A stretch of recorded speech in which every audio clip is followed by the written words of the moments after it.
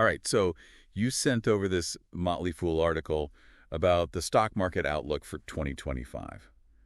And I thought this would be a great one to deep dive into. Yeah, it's definitely an interesting one, especially given everything that happened in 2024. Right, like 2024 was a wild ride, wasn't it? I mean, valuations were crazy high. Yeah, they were. And a lot of people, myself included, were kind of wondering, like, is this a bubble about to burst, you know? Should we just stay out of the market completely? Yeah, that was the big question on everyone's mind. Like, is this finally the time to get out? Right. But here's the thing, and this is where it gets really interesting. This Motley Fool article is basically saying that avoiding the market in 2024 just because things seemed expensive could have actually cost you money.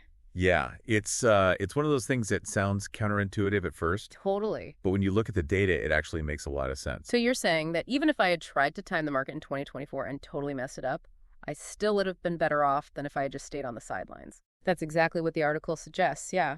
They actually use these hypothetical portfolios to illustrate the point. So imagine one portfolio just sits out the entire year, right? Doesn't invest a single dollar. Okay. Then you've got a couple others, one that tries to perfectly time the market, buying low and selling high, and then another that does the exact opposite, like the worst timing imaginable. Uh-oh. And get this, even the portfolio with a terrible timing, the one that's buying high and selling low, it still ends up outperforming the one that just sat on the sidelines. Wow, that's really eye-opening. It's making me rethink my whole wait for the dip strategy, Yeah, it definitely challenges conventional wisdom. But I need to understand the why here. Like, why would I be better off investing even if it seems like everything is overpriced?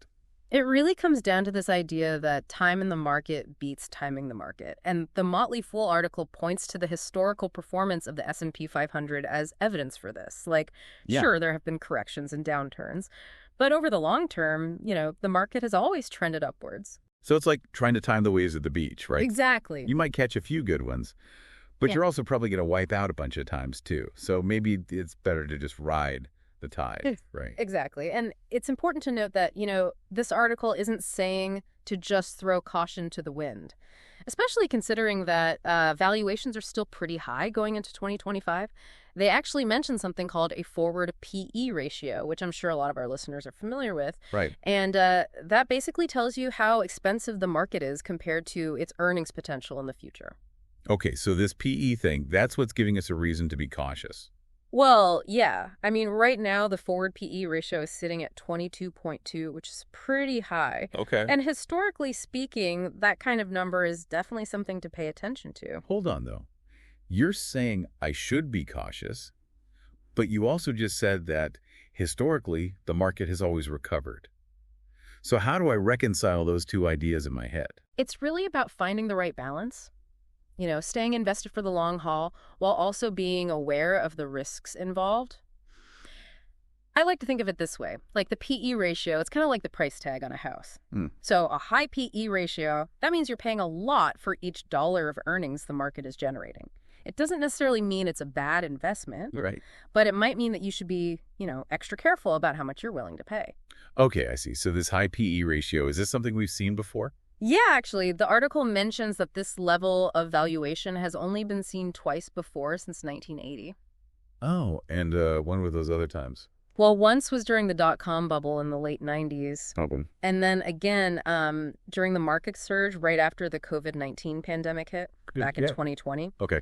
And both times, unfortunately, those high valuations, they were followed by some pretty significant market downturns. So this isn't just some theoretical thing. We've actually seen this play out before. Right. It's not just a made-up scenario. It's happened in the real world.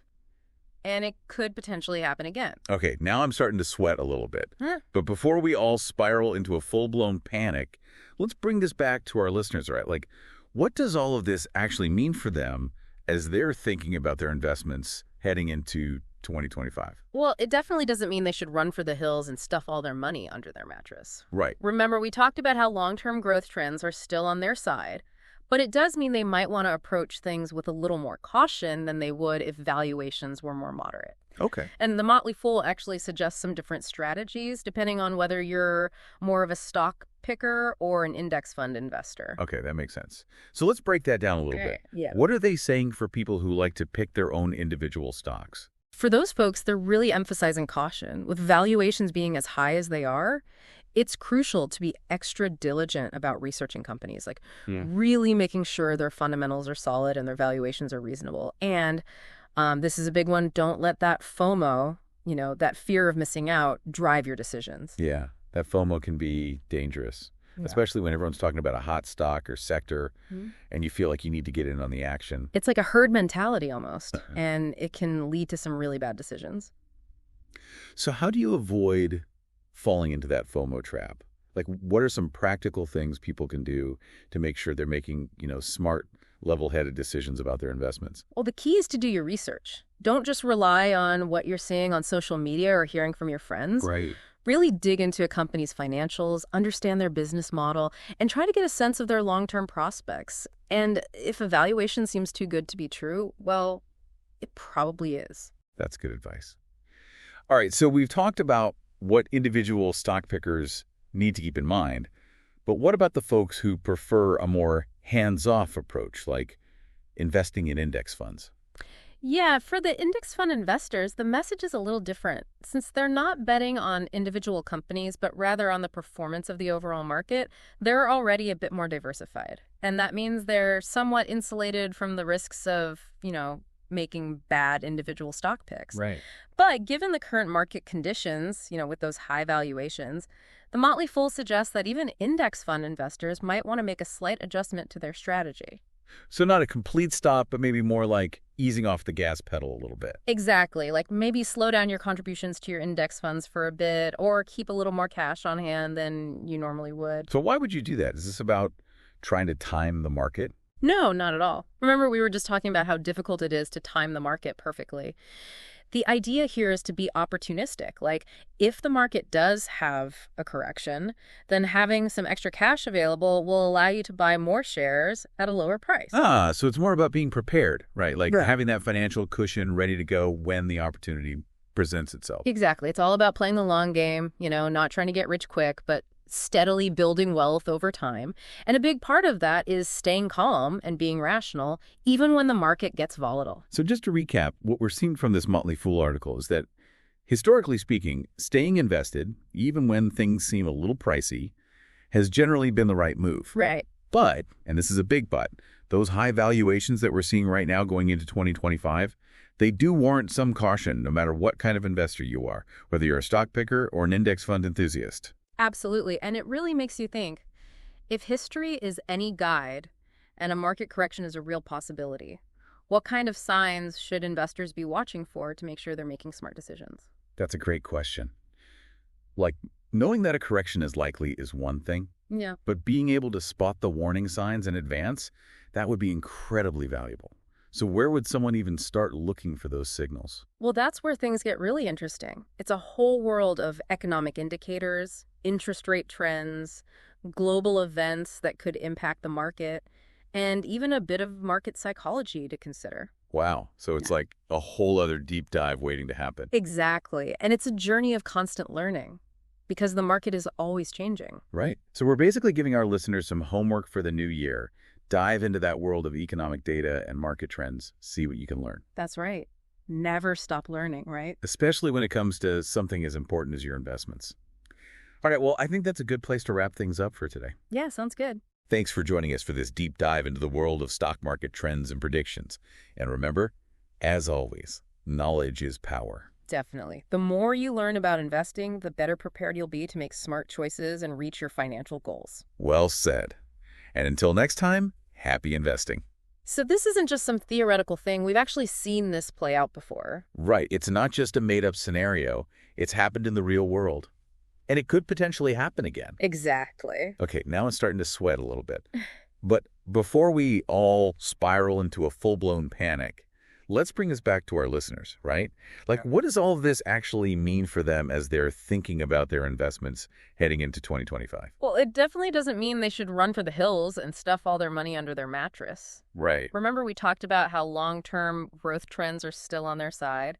But it does mean they might want to approach things with a little more caution than they would if valuations were more moderate. And Motley Fool actually suggests some different strategies depending on whether you're more of a stock picker or an index fund investor. Okay, that makes sense. Okay. So let's break that down a little bit. Yeah. What are they saying for people who like to pick their own individual stocks? For those folks, they're really emphasizing caution. With valuations being as high as they are, it's crucial to be extra diligent about researching companies, like really making sure their fundamentals are solid and their valuations are reasonable. And this is a big one. Don't let that FOMO, that fear of missing out, drive your decisions. Yeah, that FOMO could be dangerous, especially when everyone's talking about a hot stock or sector and you feel like you need to get in on the action. It's like a herd mentality almost. And it can lead to some really bad decisions. So how do you avoid falling into that FOMO trap? Like, what are some practical things people can do to make sure they're making, smart, level-headed decisions about their investments? Well, the key is to do your research.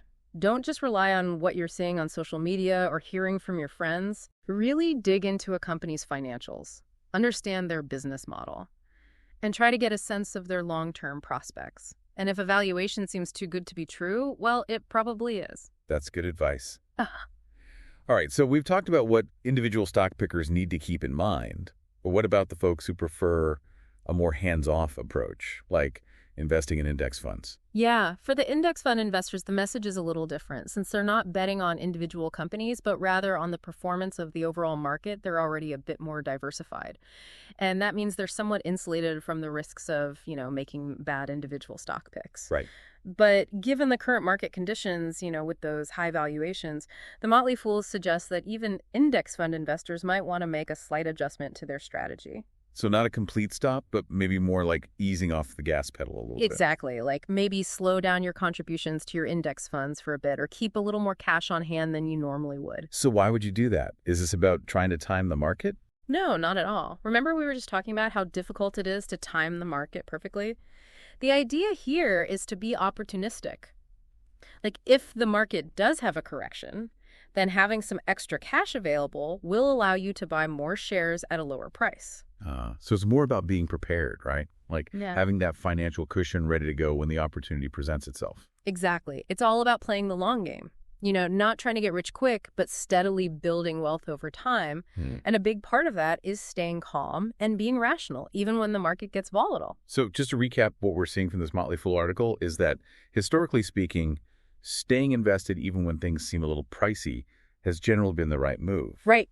But, and this is a big, but those high valuations that we're seeing right now going into 2025, they do warrant some caution, no matter what kind of investor you are, whether you're a stock picker or an index fund enthusiast. Absolutely. And it really makes you think, if history is any guide and a market correction is a real possibility, what kind of signs should investors be watching for to make sure they're making smart decisions? That's a great question. Like knowing that a correction is likely is one thing, but being able to spot the warning signs in advance, that would be incredibly valuable. Yeah. So where would someone even start looking for those signals? Well, that's where things get really interesting. It's a whole world of economic indicators, interest rate trends, global events that could impact the market, and even a bit of market psychology to consider. Wow. So it's like a whole other deep dive waiting to happen. Exactly. And it's a journey of constant learning because the market is always changing. Right. So we're basically giving our listeners some homework for the new year. Right. Dive into that world of economic data and market trends, see what you can learn. That's right. Never stop learning, right? Especially when it comes to something as important as your investments. All right, well, I think that's a good place to wrap things up for today. Yeah, sounds good. Thanks for joining us for this deep dive into the world of stock market trends and predictions. And remember, as always, knowledge is power. Definitely. The more you learn about investing, the better prepared you'll be to make smart choices and reach your financial goals. Well said. And until next time, happy investing. I think that's a great point to wrap up on. So much to think about as we head into 2025. Yeah, there is, but it's exciting too. Like there are always opportunities out there. Right. You have to keep learning and adapting. Well, thanks for diving into this Motley Fool article with me. This was really insightful. Yeah, my pleasure. Always happy to chat about the market. And to all our listeners out there, thanks for tuning in to this deep dive. We'll catch you next time with another interesting article and some more market insights. Until then, happy investing.